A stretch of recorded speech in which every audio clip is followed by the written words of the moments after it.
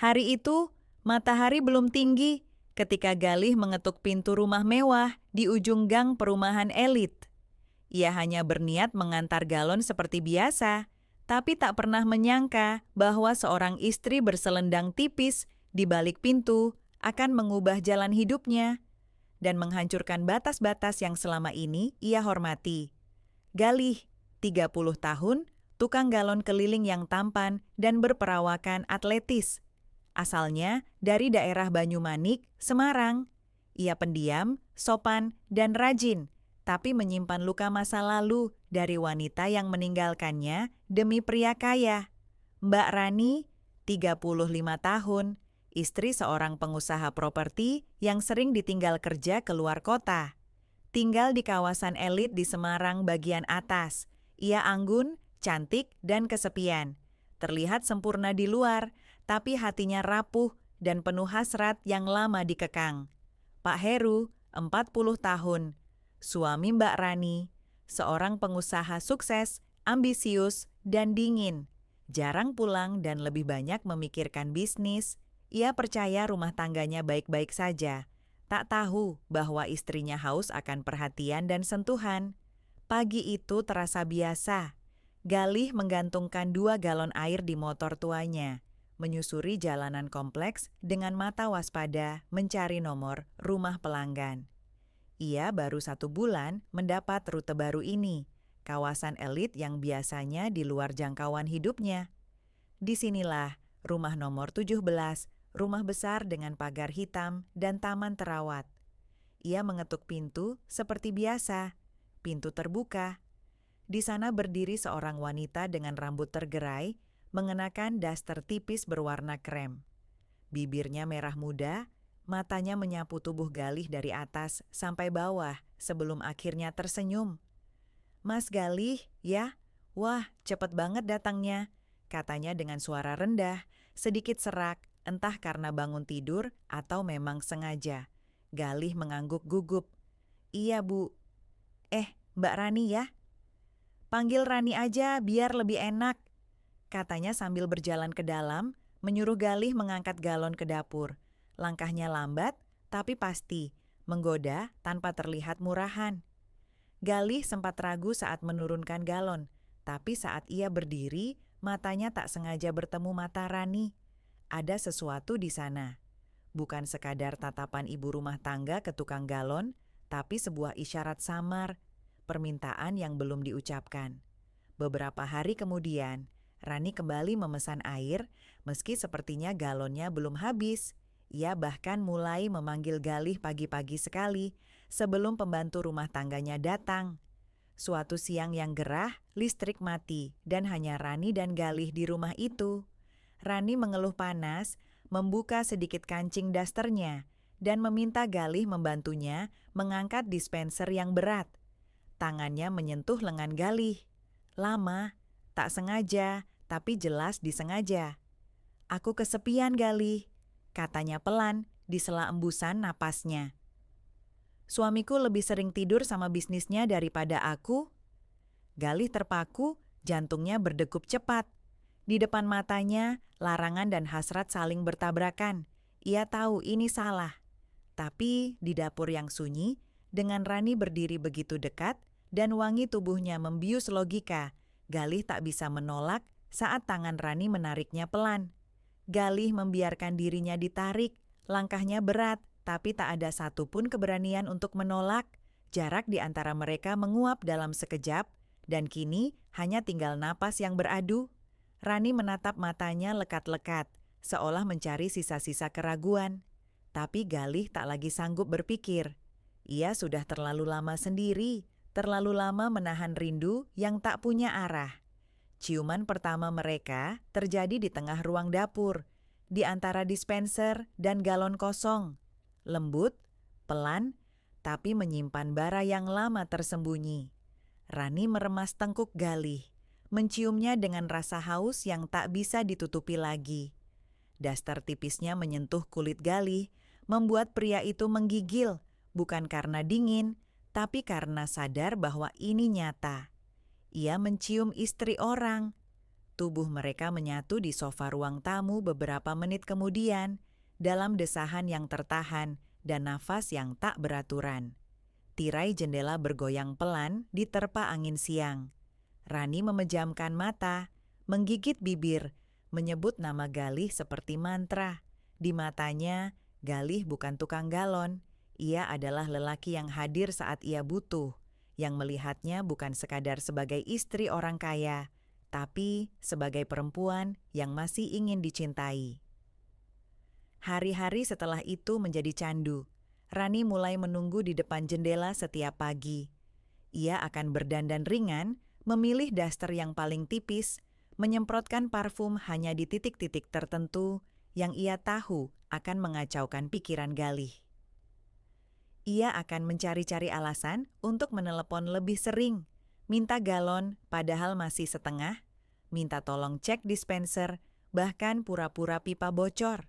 Galih mulai datang di luar jam kirim, kadang malam-malam saat Pak Heru dinas keluar kota. Mereka bercinta di ruang tamu, kadang di dapur, bahkan pernah di kamar tidur utama yang masih menyimpan aroma maskulin suami Rani. Di sanalah batas moral benar-benar runtuh.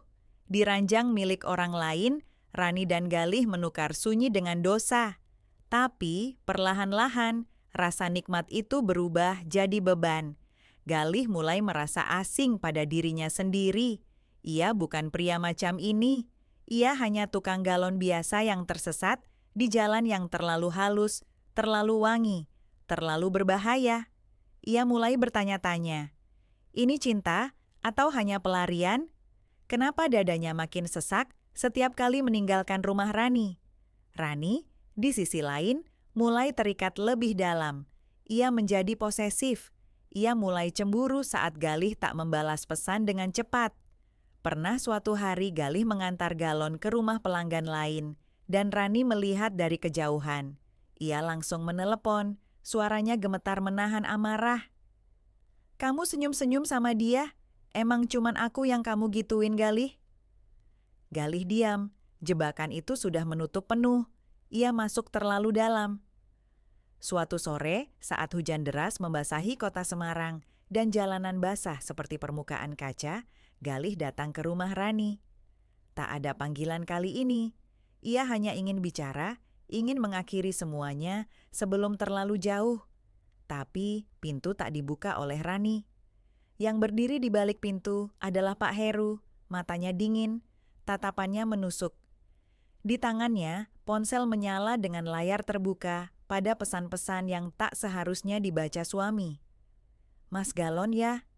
Suaranya tenang, terlalu tenang. Masuk, kita ngobrol dulu, saya sudah lama curiga. Galih menelan ludah, kaki-kakinya gemetar, tapi ia tak bisa lari. Di dalam rumah itu, semua kenangan bercampur jadi satu. Hasrat, rasa bersalah, dan kenyataan yang akan segera meremukkan semuanya. Galih melangkah masuk, pelan-pelan, seolah setiap injakan adalah kesalahan yang berbunyi. Suara pintu ditutup di belakangnya, membuat jantungnya berdegup makin kencang. Ruang tamu yang biasanya dipenuhi desahan dan bisik mesra, kini berubah jadi ruang interogasi tak bersuara. Pak Heru duduk di sofa, menatap Galih dengan mata yang nyaris tak berkedip. Ponsel masih di tangannya. Ia menyodorkannya pelan. Di layar, tertulis pesan terakhir dari Rani. Tolong datang malam ini. Aku nggak bisa tidur kalau belum ngerasa kamu di dalam aku lagi. Galih menunduk. Kata-kata itu seperti cambuk di telinga. Sudah berapa lama? Tanya Pak Heru, suaranya rendah tapi tegas. Galih membuka mulut, tapi tak satu pun kata keluar. Saya tanya, Mas, sudah berapa lama kamu tidur sama istri saya? Galih menarik napas panjang, lalu berkata lirih, 2 bulan, Pak. Pak Heru mengangguk pelan, lalu diam. Hening menggantung selama beberapa detik yang terasa seperti jam. Galih merasa udara di dalam ruangan semakin tipis, seakan rumah itu tahu dirinya tak pantas berada di sana. Kamu pikir kamu cinta sama dia? Tanya Pak Heru. Kali ini tanpa menatap langsung. Galih tak langsung menjawab. Ia tak tahu. Ia hanya tahu bahwa setiap kali bersama Rani, ia merasa dibutuhkan. Tapi sekarang, semua perasaan itu seperti sampah yang berserakan di lantai, nyata, kotor, dan menyengat. Dia cuma kesepian, Mas, bukan cinta. Dan kamu? Kamu cuma pelarian, tukang galon yang kebetulan lewat di saat pintu hatinya lagi kebuka. Pak Heru berdiri, perlahan berjalan ke arah jendela yang basah oleh hujan, lalu menoleh lagi. Kalau saya laporkan ke polisi, bisa panjang urusannya. Tapi saya nggak akan lakukan itu. Galih mengangkat kepala, bingung. Kenapa, Pak? Karena kamu bukan ancaman. Kamu cuma lelaki kecil yang dikasih rasa sedikit, lalu mabuk. Sama seperti saya dulu, waktu baru punya uang dan dikira pahlawan. Langkah kaki terdengar dari arah tangga. Rani turun, mengenakan kardigan panjang, wajahnya pucat. Ia sempat kaget melihat Galih, lalu tatapannya pindah ke suaminya. Mas, aku... Tutup mulutmu, Rani, potong Pak Heru datar. Aku nggak akan ribut, tapi mulai hari ini kamu bebas. Kamu bisa terus main sama tukang galonmu, atau siapapun yang kamu mau. Aku udah cukup. Wajah Rani berubah, tak ada kebahagiaan, justru panik. Ia melangkah cepat ke arah suaminya, mencoba meraih tangan Pak Heru, tapi ditolak. Aku cuman kesepian, Mas. Kamu nggak pernah ada. Dan kamu nyembuhkan sepi dengan tidur sama orang lain, enak ya jadi kamu. Galih berdiri, tubuhnya lemas. Ia tak tahan lagi. Ia menatap Rani sekali lagi, wanita yang sempat ia anggap pelabuhan. Tapi ternyata cuma badai kecil yang menyamar sebagai pantai tenang. Ia tahu, cinta yang tumbuh dari pengkhianatan takkan pernah jadi rumah yang damai. Tanpa sepatah kata, Galih melangkah keluar, melewati pintu yang basah oleh rintik hujan, meninggalkan jejak kaki di lantai marmer. Tapi langkah itu belum berarti kebebasan. Di luar sana, dunia tetap melihatnya hanya sebagai tukang galon. Tapi kini, ia membawa beban yang lebih berat daripada galon manapun. Rasa bersalah yang tak bisa ditumpahkan ke siapa-siapa. Galih melangkah keluar, tubuhnya masih gemetar. Hujan semakin deras, membasahi seluruh kota Semarang dalam kesunyian yang menekan. Langkahnya tak terarah, hanya mengikuti jalan yang sudah ia kenal, meski kini terasa asing. Pikirannya kacau, hatinya hampa. Ia mencoba untuk memaksa diri merasa lega, tapi yang datang justru rasa bersalah yang terus merongrong. Di luar rumah Pak Heru, dunia tampak seperti tak peduli dengan apapun yang baru saja terjadi. Orang-orang sibuk dengan urusan masing-masing, kendaraan melintas dengan kecepatan tinggi, dan suara hujan yang turun deras seolah membasuh segala hal. Namun bagi Galih, itu semua tampak jauh dan tak berarti. Ia berusaha menenangkan diri dengan mengatur napas, merasakan dingin air hujan yang menerpa wajahnya. Tapi itu tidak membantu. Tertunduk ia berjalan tanpa tujuan, melepaskan diri dari bayang-bayang rumah mewah itu, dari tatapan tajam Pak Heru, dan dari sentuhan penuh hasrat yang ia bagikan bersama Rani. Pikirannya berlarian ke wanita itu, betapa ia telah jatuh dalam sebuah perangkap yang tak bisa ia hindari. Awalnya, ia hanya mengira bahwa pertemuan mereka hanya soal kebutuhan semata. Tapi siapa yang menyangka, ia, yang hanya seorang tukang galon, akhirnya terperangkap dalam dunia yang jauh dari jangkauan. Dunia istri orang yang penuh dengan perasaan dan kebohongan. Sementara itu, di dalam rumah Pak Heru, Rani berdiri kaku di samping suaminya. Di matanya terpantul campuran ketakutan dan penyesalan. Ia tahu bahwa semuanya sudah berubah. Tidak ada lagi jalan kembali ke kehidupan yang dulu. Semuanya telah hancur, termasuk dirinya sendiri. Pak Heru tidak berkata apa-apa lagi setelah itu. Suasana hening, hanya suara hujan yang terdengar di luar. Rani mencoba membuka mulut, ingin menjelaskan. Tapi apa yang bisa ia katakan lagi? Ia sudah tahu, Pak Heru tak akan pernah melihatnya dengan cara yang sama lagi. Galih terus berjalan, berharap langkah-langkahnya bisa menjauhkan semua kenangan itu. Namun, meskipun ia mencoba menghapus bayangan wajah Rani, ada satu hal yang jelas. Ia tidak bisa melarikan diri dari dirinya sendiri. Galih berjalan perlahan menyusuri jalanan yang basah, terasa dingin di kulitnya. Setiap langkah membawa dia semakin jauh dari rumah Pak Heru, namun perasaan sesak di dada justru semakin menghimpit. Pikirannya berkecamuk. Bagaimana ia bisa terjebak dalam situasi seperti ini? Semuanya terasa seperti mimpi buruk yang terus berlanjut, dan ia tidak tahu harus bagaimana lagi. Ia berhenti di sebuah warung kopi kecil di pinggir jalan, mencoba menenangkan diri. Menyeruput kopi panas yang mengalirkan rasa pahit ke tenggorokannya. Warung itu sederhana, dengan beberapa meja kayu yang terletak di bawah atap seng yang sudah mulai karatan. Galih duduk sendiri, menatap hujan yang semakin lebat, merasa terasing dari dunia yang ada di sekitarnya. Pemilik warung, seorang pria tua dengan rambut putih, menghampirinya dengan ramah. "Ada apa, Nak? Tampaknya kamu sedang banyak berpikir," katanya dengan suara yang hangat. Galih hanya tersenyum tipis, mencoba untuk menyembunyikan kegelisahan yang menggerogoti hatinya.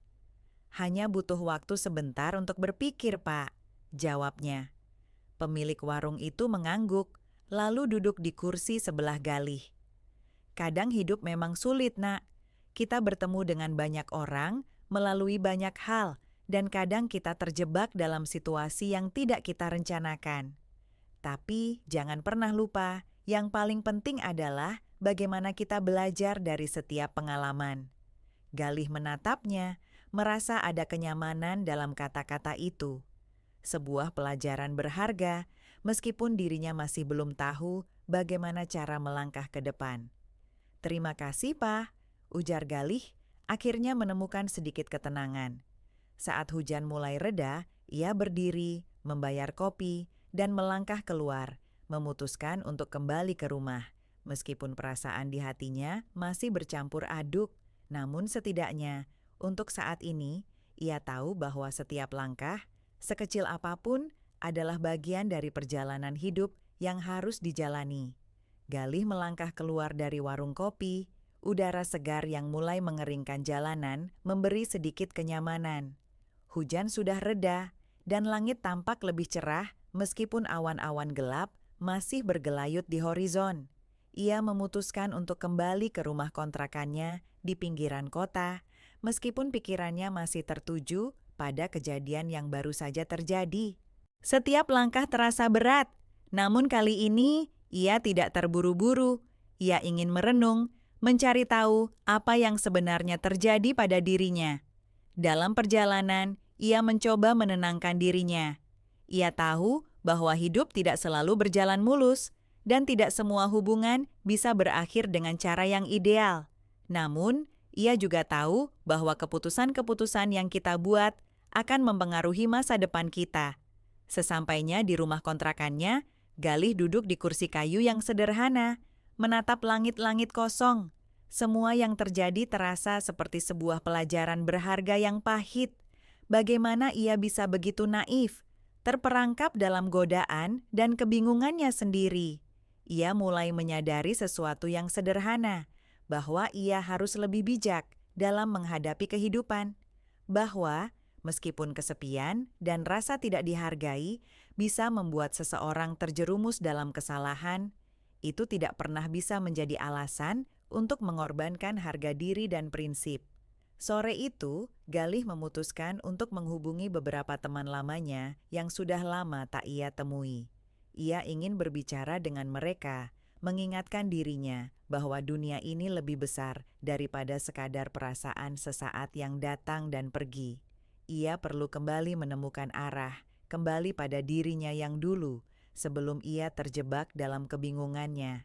Saat ia duduk di meja makan dengan ponsel di tangan, memikirkan kata-kata yang tepat untuk menulis pesan kepada teman-temannya.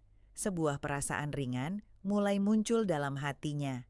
Mungkin perjalanan ini belum berakhir, dan mungkin ada banyak pelajaran yang harus ia ambil.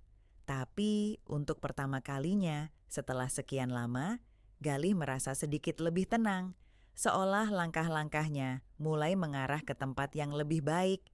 Galih duduk di kursi kayu yang sudah mulai usang, menatap jendela rumah kontrakannya yang menghadap jalan kecil yang sunyi. Hujan sudah berhenti, tetapi jalanan yang basah mengingatkannya pada kejadian yang baru saja dia lalui. Pikirannya masih terus berputar, mencoba mencerna semuanya, mencari makna dari apa yang telah terjadi.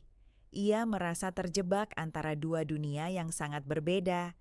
Dunia yang penuh dengan kebohongan dan hasrat yang tak terungkap, yang datang dari hubungan terlarang dengan Rani, dan dunia yang lebih sederhana, dunia yang penuh dengan kerja keras dan kejujuran yang selama ini ia coba jalani. Sekarang ia merasa terpecah, tidak tahu harus memilih yang mana. Semua terasa kabur. Di luar, langit mulai menguning, memberi pertanda bahwa matahari akan segera terbenam. Galih menatap jam di pergelangan tangannya. Ia tahu hari ini ia harus membuat keputusan. Ia tidak bisa terus berlarut-larut dalam kebingungannya. Sebuah pesan masuk ke ponselnya dari temannya, Dimas, yang sudah lama tidak ia hubungi.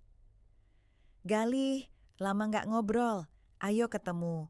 Aku ingin berbicara tentang sesuatu." Pesan itu cukup sederhana, tapi entah kenapa Galih merasa seperti itu adalah tanda. Tanda untuk kembali menghubungkan dirinya dengan dunia yang lebih familiar, dunia yang lebih stabil.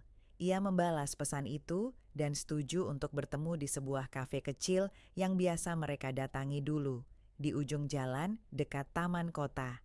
Galih keluar dari rumah dan mengendarai motor tuanya ke kafe itu. Sepanjang perjalanan, ia berusaha menenangkan pikirannya. Ia ingin berbicara dengan Dimas, mencari sedikit kejelasan tentang arah hidupnya. Ia tahu, jika terus berlarut-larut, ia tidak akan pernah bisa menemukan kedamaian. Ia harus mencari jawaban, meskipun jawabannya tidak selalu seperti yang diharapkan. Setibanya di kafe, ia melihat Dimas sudah duduk di salah satu meja pojok, dengan secangkir kopi di hadapannya. Dimas tersenyum saat melihat Galih datang dan menyambutnya dengan hangat. "Kamu kelihatan lelah, Galih. Ada apa?" tanya Dimas sedikit khawatir. Galih duduk di hadapan temannya, mengambil secangkir kopi yang disiapkan untuknya. Ia menghela napas panjang. "Aku baru saja terlibat dalam situasi yang membingungkan," jawabnya pelan, tidak tahu harus mulai dari mana. Dimas mengangguk mendengarkan dengan seksama. "Kadang hidup memang seperti itu. Kita semua terjebak dalam kebingungannya, tapi jangan biarkan itu menguasai hidupmu, Galih. Jangan sampai kamu kehilangan dirimu sendiri." Galih merasa ada kebenaran dalam kata-kata Dimas. Ia tahu bahwa inilah saatnya untuk memilih jalan yang lebih jelas, jalan yang akan membawanya keluar dari kebingungannya. "Terima kasih, Dim," ujar Galih, merasa sedikit lebih ringan setelah berbicara. Di tengah percakapan mereka, Galih menyadari satu hal penting. Hidup memang penuh dengan pilihan, dan setiap pilihan memiliki konsekuensinya. Tetapi yang terpenting adalah bagaimana kita bangkit dari kesalahan dan kembali menemukan arah yang benar. Galih merasa sedikit lebih tenang setelah percakapan dengan Dimas. Kata-kata temannya tentang memilih jalan yang benar seakan membawanya kembali ke pijakan yang lebih kokoh. Dimas mungkin tidak tahu, tapi bagi Galih, pertemuan itu seperti pencerahan kecil di tengah kebingungannya yang begitu besar. Setelah beberapa menit diam, Dimas menatap Galih dengan serius. "Dulu, kamu selalu punya arah, Galih. Kamu tahu apa yang kamu inginkan. Jangan biarkan diri kamu hilang hanya karena kejadian-kejadian yang bukan sepenuhnya kesalahanmu." Galih menatap temannya, menyadari bahwa apa yang dikatakan Dimas benar. Ia memang pernah memiliki tujuan yang jelas. Semua ini terasa seperti gangguan, sebuah perjalanan yang terlalu jauh dari jalan yang sudah ia pilih sebelumnya. Rani, Pak Heru, dan semua yang terjadi di sana adalah sesuatu yang seharusnya tak pernah dia masuki. Meski hatinya sempat dipenuhi kebingungan dan perasaan yang bergejolak, ia tahu sekarang saatnya untuk melangkah maju. Terima kasih, Dim. Aku harus kembali ke jalanku, ke hidupku yang dulu. Jawab Galih, suara penuh tekad. Dimas tersenyum, tampak lega melihat teman lamanya mulai kembali menemukan dirinya. Itu baru kamu, Galih. Sekarang, apa rencanamu? Galih menghela napas, merasa lebih siap menghadapi masa depan. Aku akan mulai dengan pekerjaan. Aku harus lebih fokus dan mungkin aku akan mencoba untuk lebih dekat dengan orang-orang yang benar-benar menghargai aku. Aku nggak bisa lagi terjebak dalam hubungan yang membingungkan seperti itu. Dimas mengangguk setuju. Langkah yang bagus, tapi ingat, jangan lari dari perasaanmu.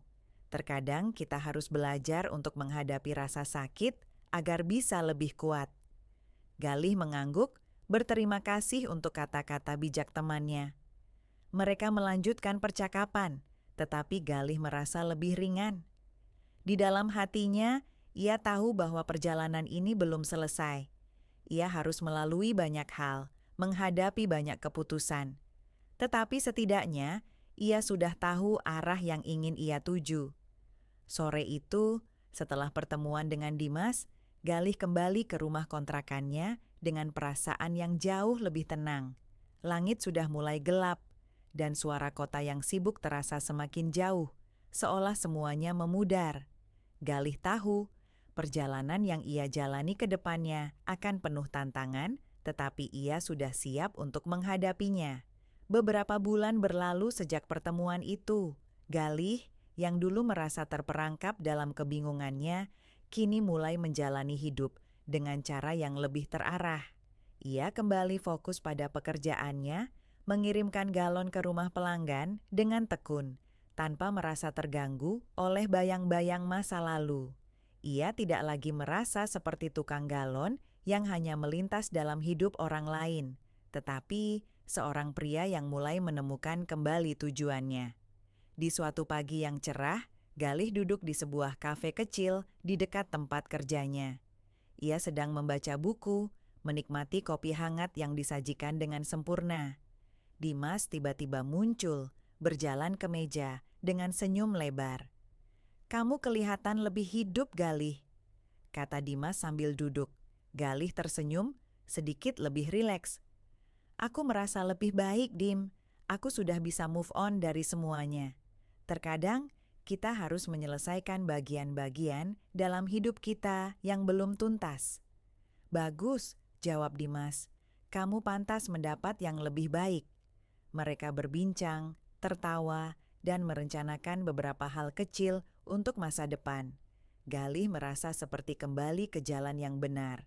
Ia tahu bahwa meskipun hidup kadang penuh dengan pilihan sulit dan perasaan yang membingungkan, ada saat-saat di mana kita harus melangkah maju dengan penuh keyakinan. Sementara itu, di rumah yang sama seperti sebelumnya, Rani dan Pak Heru menjalani hidup mereka dengan cara mereka masing-masing. Rani, yang dulu terjerat dalam kebingungannya sendiri, mulai belajar untuk lebih menghargai hubungan yang ada.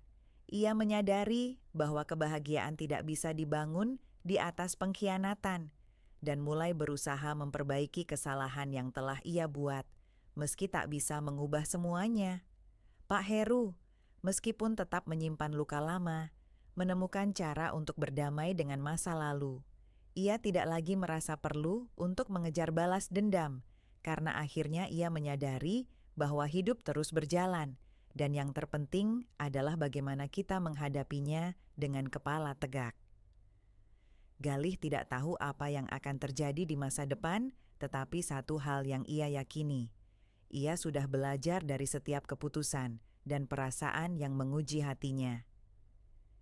Ia tidak akan lagi terjebak dalam kebingungan. Kini, ia tahu betul apa yang penting, kejujuran, kesabaran, dan untuk tidak pernah kehilangan diri sendiri dalam perjalanan hidup yang penuh liku. Dan dengan itu, cerita Galih pun berlanjut. bukan sebagai tukang galon, tetapi sebagai seorang pria yang berani memilih jalannya sendiri.